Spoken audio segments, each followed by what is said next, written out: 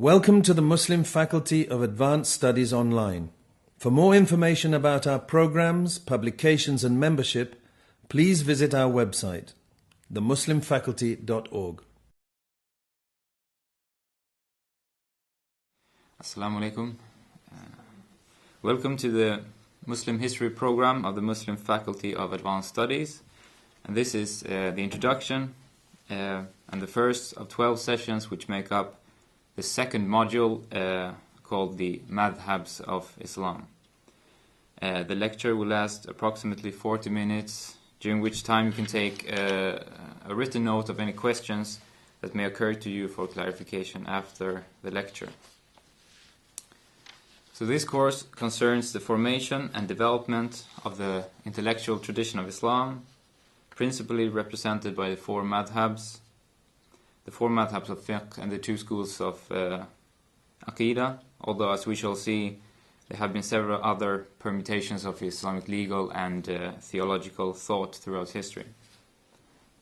The scholarly formation of Islam has been well examined by both Muslim and non-Muslim academics.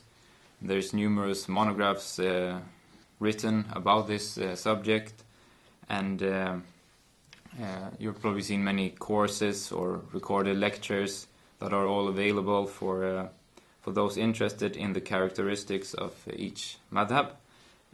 Likewise, the historical record of the actual methodologies, the material and practices of those active as fuqaha or legal experts is of course still accessible to dedicated seekers of knowledge in madrasas or modern university settings all around the world. But the focus of this course, although it's concerned with the same basic inquiry into the formation of the intellectual tradition of Islam, our approach is slightly different. Not because of the focus on the four remaining schools of law and the two or three remaining approaches to belief, but because of the particular questions, aims and perspectives which have determined our choice of sources and our methodologies in approaching these sources. This will become apparent as we attempt to understand the intellectual history of Islam in relation to the prevailing intellectual, political, socio-economic and other developments of our own time. Therefore, the purposes, interests and expectations, as well as questions via which we approach the material before us, will naturally determine the learning outcomes of this course. In order to lay the foundations upon which this course is predicated, we will begin by clarifying these aims, questions, methods and sources. And in addition to this, today, we will also take a preview of the course outline and have a look at the recommended reading, inshallah. But we begin with the aims and the perspectives of this course. The basic aim of this course is to examine the emergence of the madhabs of Islam, that is the schools of fiqh and aqidah as well, within their political and socio-economic contexts in order to understand the dynamic relationship between the intellectual and the socio-political factors in the development of this Islamic intellectual tradition. Based on Ibn Khaldun's notion that the sciences and intellectual disciplines are not abstract entities, but crafts formed as integral parts of the surrounding society, the purpose is to throw a light on the internal and external factors that determined, or at least played some part in, the evolution of the intellectual legacy that remains active and applicable to this day. And also, as we know, new challenges arose when the pre-modern schools of fiqh and aqidah encountered the modern world, challenges that led to reformists as well as iconoclastic reactions in the classical Islamic world. And because of that, the course will also focus attention on the current situation of the madhabs and their legacy, including the contrasting positions of those who have reacted against them and that of those who have sought to defend and uphold the transmission of Islamic law and belief within the classical form of the madhabs. And in addition to conveying a clear sense of our purposes and perspectives, Today's lecture will set out in some detail 10 areas of primary interest that all participants who are going to do the course are expected to bear in mind while following these sessions and when approaching the course reading materials. I strongly recommend that these 10 points are written down for those who want to do the course, but you will also be given lecture notes, so they will be available there. But these should then be brought to each lecture and function as a reminder of what we intend to focus on and means of maintaining the correct bearings as we explore the historical and conceptual terrain that confronts us. After the lecture, the students will also be given a copy of the 10 mabadi, or defining principles, that underlie the course, and you're also advised to familiarize yourselves with those and continuously have a look at them during the course.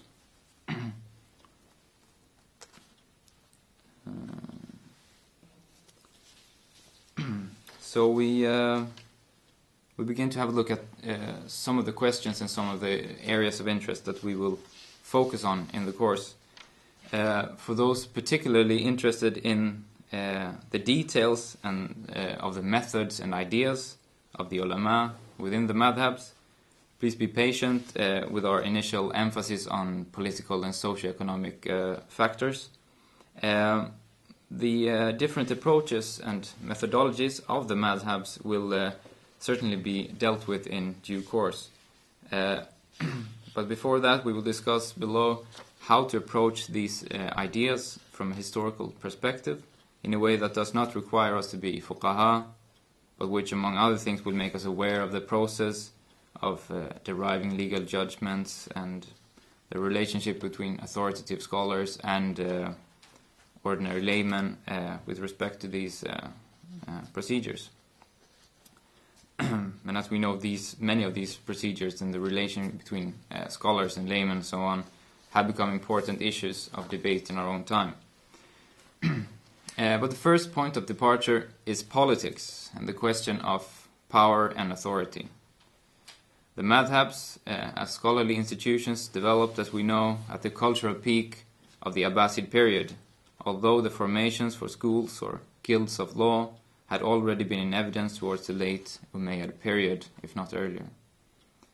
After the initial years of Abbasid caliphs pursuing a wide range of political and religious policies with dramatic consequences, the strength of the Dawla gradually declined in the 3rd century after Hijrah. These shifts in political authority and political policies, however, did not only destabilize the political elite of the Dawla, they also contributed to the cultural vitality of the great Abbasid cities. The madhabs, as formalized institutions, became stronger as the caliphal authority became weaker. In the previous course, for those of you who attended the history of the Khalifas, we also noted that the end of universal jihad and the collapse of a unified Muslim polity towards the end of the Umayyad period changed the way Muslims view the world. The Abbasid period saw an emphasis on consolidating the intellectual tradition, upholding the validity of ikhtilaf, that is, differences of opinion, and various attempts to bring internal unity to the Ummah rather than expanding it externally. The emergence of the madhabs can be seen as a consequence of the strategic failure on the part of the political leadership to encourage or even impose a single legal praxis, since that was even opposed by the fuqaha themselves. So we might therefore ask what political circumstances affected the development of the madhabs and what indications the political history offered us as to why the madhabs developed at this specific time and in these specific places. As for the later history closer to our time, we may also note that the colonial period and the challenges of modernity accompanied, on the one hand, modernist reformism, and on the other hand, iconoclastic reactionism, which clearly indicates the importance of understanding the interaction between the madhabs and the political context of the time. But the basic question in this area of interest is how did the politics of power affect the scholarly developments in the madhabs, and how did the madhabs then in turn affect the politics of power? And the second area is geography. And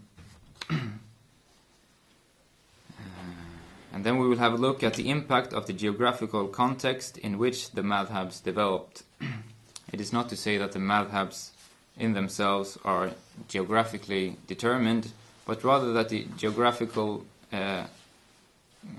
geographical considerations, which include urban culture and agrarian culture, which was the culture that the majority of population lived in, these things contributed significantly to the character of the institutions and the differences that appeared between the madhabs. So when examining variations between the madhabs, their different socio-political impact and scholarly concerns, it's useful to look at the geographical context in which they developed, and particularly focus on the cities in which they developed. For instance, when the center of authority moved from Medina to military garrison cities such as Kufa and Basra, after the murder of Sayyidina Uthman radiallahu anhu, this had implications for the scholarly formation in Medina as well as in the provincial cities. Another indication of the importance of understanding the geographical context and the role of the cities, particularly garrison cities, is the non-existence of a Khawarij madhab, which some historians have not only attributed to their successionist ideology, but also to the fact that they did not have enough influence in the cities during the urban expansion of Islam. So, on the one hand, we might ask, how did the urban culture affect the scholarly development? Be it the culture of the old cities like Medina or new cities like Kufa and Basra. And on the other hand, considering that the lands of Islam in the Abbasid period was mostly agrarian culture, we must also ask ourselves which effect did this have on the scholarly development, and what was its social and political impacts. And however, these questions that I'm kind of proposing here they're just a few examples that, but you should try to formalize your own kind of questions, and that you can bring to the lectures, or bear in mind during the course, and perhaps in the end we can continue and investigate it further by essays and so on. And the third area is demography and culture. That is, we will look at the structure of the human population and the urban culture, which strongly influenced the scholarly developments. One only has to observe the differences between the cosmopolitan nature of the Hanafi madhab, which developed in the multi-religious, multicultural city of Kufa, and the comparatively down-to-earth character of the Maliki madhab in Medina. Likewise, interesting comparisons can be made between the early Medinan and Eastern Maliki madhab, and then the later scholarly developments of the Maliki madhab in North Africa and Al-Andalus and so forth. So we might also ask ourselves how the demographic context and the cultural environment impacted on all the schools. What was the significance of the emergence of various cultural or religious forms of opposition? And another very important question is, what role did the Mawali and the non-Arabs play in the early development of these schools of law and belief? And the fourth area is institutions. Since the increasing complexity of political and administrative institutions in the Abbasid period was accompanied by a corresponding increase in complexity within the scholarly institutions. The Abbasid governance relied upon a functional interconnection of the fuqaha, whose judgment and advice provided the ideal and the legitimate foundation for the implementation of civic and governmental policies.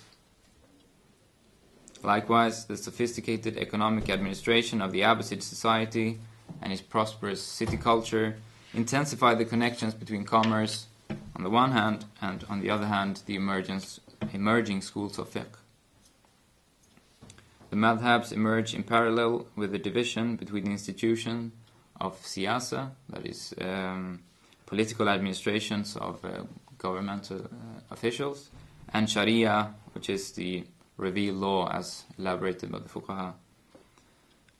The most fundamental question, therefore, that remained to be answered is what, in actual fact, is a madhab? How and why did they develop in relation to other institutions in the Abbasid society? And how did these relationship between the different institutions develop over time, right down to our own time? And what was or is the importance of these institutions for establishing scholarly standards and authoritative practices among Muslims in general? And we must also ask, what was the connection between the madhabs as guilds of law and the commercial life in the cities? And lastly, what influence did these two spheres of law and commerce exert over each other's development? And fifthly, we should look at the people of the madhabs, since after looking at the scholarly institutions, we need to look at the actual people who were active in these institutions. We might ask about the various ways in which the principal imams, the mujtahid, the fuqaha, and the muqallid, the one who follows the legal rulings, how all these relates to the concept of the madhabs and their relation to each other. What was the nature of the student-teacher relationship, and what was the importance, and what was that its importance for the developments of the madhabs as guilds of law? How did the people and their interconnectedness within the institutional structures contribute to the consolidation of what we now could call the orthodoxy of Islamic legal theory and practice? Of course, this field of investigation also includes the biographies of the principal imams and the great scholars throughout history. And then we should look at what I have given the title Scholasticism and Apolitical Trends. We previously mentioned the impact of the political circumstances on the development of the madhabs, and perhaps one of the strongest impacts, or rather consequences, at the beginning of the Abbasid era was the separation of scholarship from politics. And that was due to a number of factors which we will discuss throughout the course. And after that, many scholars tended to take a more apolitical stance towards the politics of power. It resulted in the creation of a new form of authority based on scholarship that was more or less independent from politics, which in turn emphasized the division between siyasa and sharia, that is politics and the sharia. Some historians therefore argue that the effect, or one effect, of the lost ideal of a perfectly legitimate government was the emergence of a political scholarship. So the increased complexity and professionalization within the madhabs raises as many questions regarding the role of scholarship in society then as it does now. One example would be the highly disputed topic of political activity among the principal imams. For instance, why did Abu Hanifa support oppositional movements to both Umayyad and Abbasid rulers, while his two main transmitters, Abu Yusuf and Ashaybani, actually were employed qadis and closely affiliated with the state institutions of the Abbasid Dawla. So basically, what was the intellectual and legal conditions that impacted on the scholars' relationship to politics? And the seventh area of interest is the methods and practices within the madhabs. Because in order to provide an adequate historical description of the period, it's of course necessary to examine the methods and the practices of the scholars in the madhabs. This area includes legal rulings, methodological aspects, differences in usul al-fiqh, and comparisons between the various approaches of the scholars. It also includes the activities of the scholars out in the community, their functions as providers of advice, and their roles as muftis, qadis, fuqaha, teachers, and so forth. We will thereby examine how the remarkably enduring norms of Islamic scholarship, law, and science once were established. Thus, by examining the theories, methodologies, nomenclature, and other normative modes of intelligibility within the madhabs, we can hopefully increase our understanding of the transmission of law and belief throughout history, including its scholarly results and its relation to the political history of the Muslim world. And another obvious area to examine is the intellectual or ideological challenges that the Muslims faced, which contributed to the development of new ideas and ways of approaching the intellectual heritage of the first generations. These challenges include ideas from other cultures, religions, and scientific traditions, many of which had been incorporated into the caliphate during the early expansion. They also include internal challenges from sectarian movements, most notably the politically explosive Khawarij, the Mu'tazila, and the various Shia groupings. And among the challenges, we can also include the ikhtilaf, or the differences of opinion among the Muslim scholars, which contributed greatly to the scholarly development. Thus, by relating the development of the madhabs to the intellectual challenges, we will increase our understanding as to why certain ideas, schools, or movements developed at those particular times. We will also look into why the two schools of Aqidah did not develop as distinct schools until well into the 3rd century. What had preceded them, and what were the challenges that made the scholars of the Kalam sciences respond in the way they did, and in turn, what were the intellectual and political issues that arose when certain movements in the 18th century and onwards began to oppose the historically agreed upon schools of law and belief. When we begin to ask these types of questions, we will not only get a broader picture of the past, but hopefully also begin to seeing our own place in history in a new light by being able to trace the ramifications of these events and disputes, many of which are still sources of confusion for the Muslim community. And the 9th area is pre-modern schools in the modern world. Because inevitably we come to the meeting between the legacy of the pre-modern schools and the challenges posed by the modern world from around the 18th century, if not earlier. This area of inquiry focused specifically on the material and intellectual issues thrown up by modernity.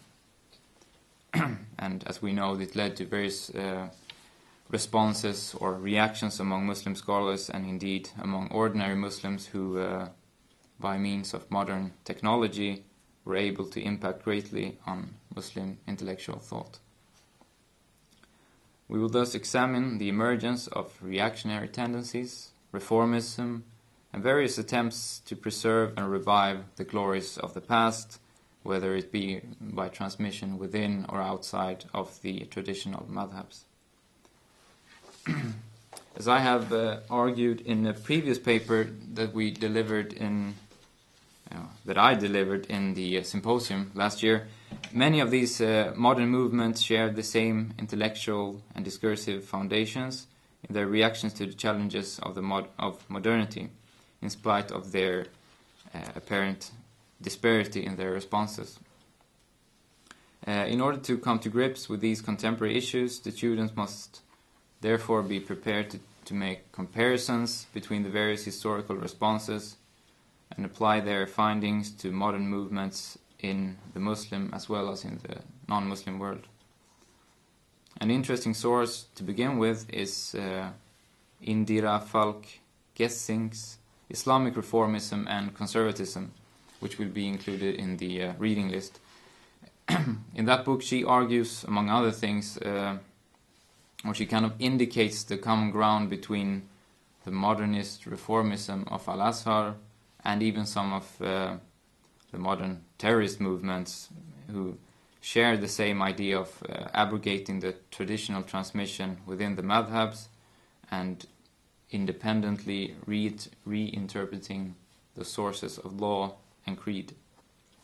The same connections can obviously be made to the various movements claiming to return to the Book and Sunnah independently of the madhabs.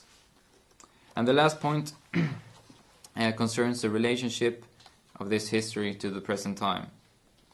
For this we must enter into the arena of how to make sense of the intellectual legacy of the great Muslim scholars and their transmission in our own time. How do we identify and locate ourselves within this history?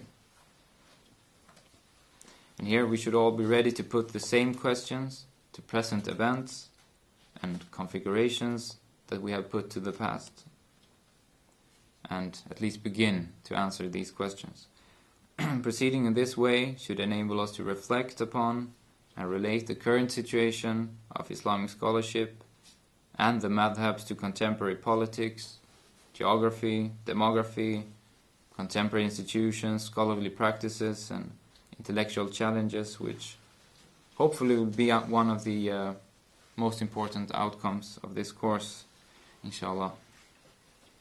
I will say a few words about method and material in this course as well.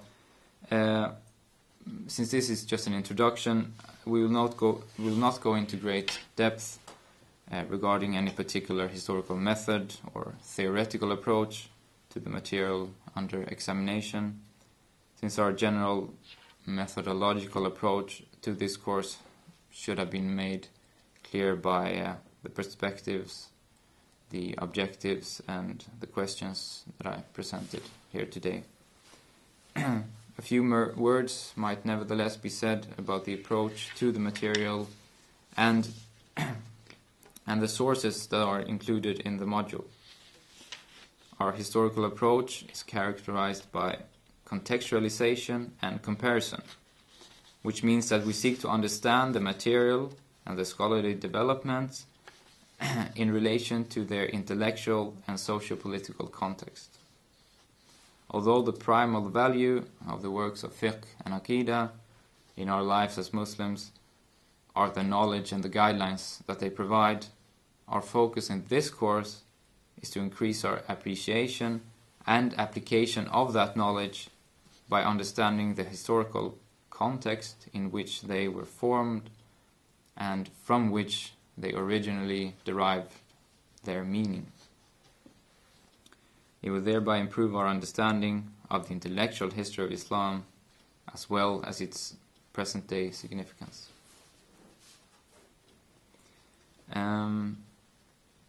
Although our primary material are the works of scholars in these madhabs, much of our understanding of them will be derived from secondary sources and academic literature.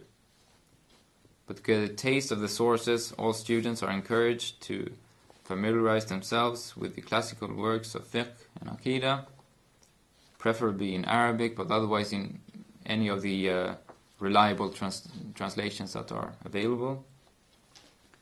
The main effort with respect to reading, however, should be directed towards lecture notes and secondary literature, which in themselves contain selected materials and explanations that are essential for the course. Original sources and supplementary readings will not be included in the basic reading list that you will get after this lecture, but students will receive recommended material relevant to each topic in the actual lectures. But I will just go through the basic literature list, although you will get them written down afterwards. The first book is Abu Zahra's The Four Imams, Their Life, Works and Their Schools of Thought. And then we have Sheikh Abdul Haq Bewley's The Four Madhhabs of Islam. We have Indira Falk Gessing's Islamic Reformism and Conservatism, Al-Azhar and the Evolution of Modern Sunni Islam. I would also recommend Ibn Khaldun's Al-Muqaddimah, not the whole book, but the passages that actually discusses the schools of fiqh and aqidah and various other sciences as well. Then we have two articles by Sheikh Nuh Keller, which are kind of short articles that are available online. One is called Why Muslims Follow Madhhabs, and the other one is called Kalam and Islam. And both are very useful because they give a explanation of the present-day significance of studying these material and so on. And then we have George Makdisi's Rise of Colleges, Institutions of Learning in Islam and the West, which is a classical Orientalist book, but it's very useful for its perspectives on the evolution of Islamic learning and scholarship and so on. And then we also have Sheikh Abdul Hakim Murad's Understanding the Four Madhhabs, which is like a short booklet, but it's also available online. And it's also particularly relevant for the present-day situation of the madhabs. And as for Aqidah, we have the Cambridge Companion to Classical Islamic Theology, which is also edited by Sheikh Abdul Hakim Murad under the name Tim Winter. And apart from these core texts, other books included as recommended or extra reading will be presented at the end of each lecture. I will also, before ending the introduction, I'll just briefly go through the course outline. Next week we will have a lecture on entitled A Classical Outline of the Emergence of the Madhhabs, which we will discuss how classical Muslim scholars approach this kind of studies that we are engaged in. The lecture after that is Pre-Madhhab Fiqh. Then we have the Madhhab of Abu Hanifa, the Madhhab of Imam Malik, the Madhhab of Imam Shafi'i, the Madhhab of Ahmad ibn Hanbal. Then we have 2 lectures on the schools of Aqidah and 2 lectures on modernism and reactionism before the conclusion of the course. So that brings us to the end of today's lecture, and next week's lecture, as I said, is a classical outline of the emergence of the madhabs, in which I will actually discuss, as I said, a bit about how the classical scholars approach this type of history. I think it will largely be based on Ibn Khaldun and his Muqaddimah. He's one of the few scholars that actually takes a similar approach to what we are planning to do in this course. Recommended reading in relation to both today's lecture and the upcoming lecture is Sheikh Abdul Hakim Murad's Understanding the Four Madhhabs. Sheikh Nuh Keller's articles, or just his article, Why Do Muslims Follow Madhhabs? And this will give you a basic acquaintance with the subject. And I also recommend that you begin to take a look at the chapters in the Muqaddimah of Ibn Khaldun that deals with fiqh and aqidah, which we will then try to explain and look into in next week's lecture.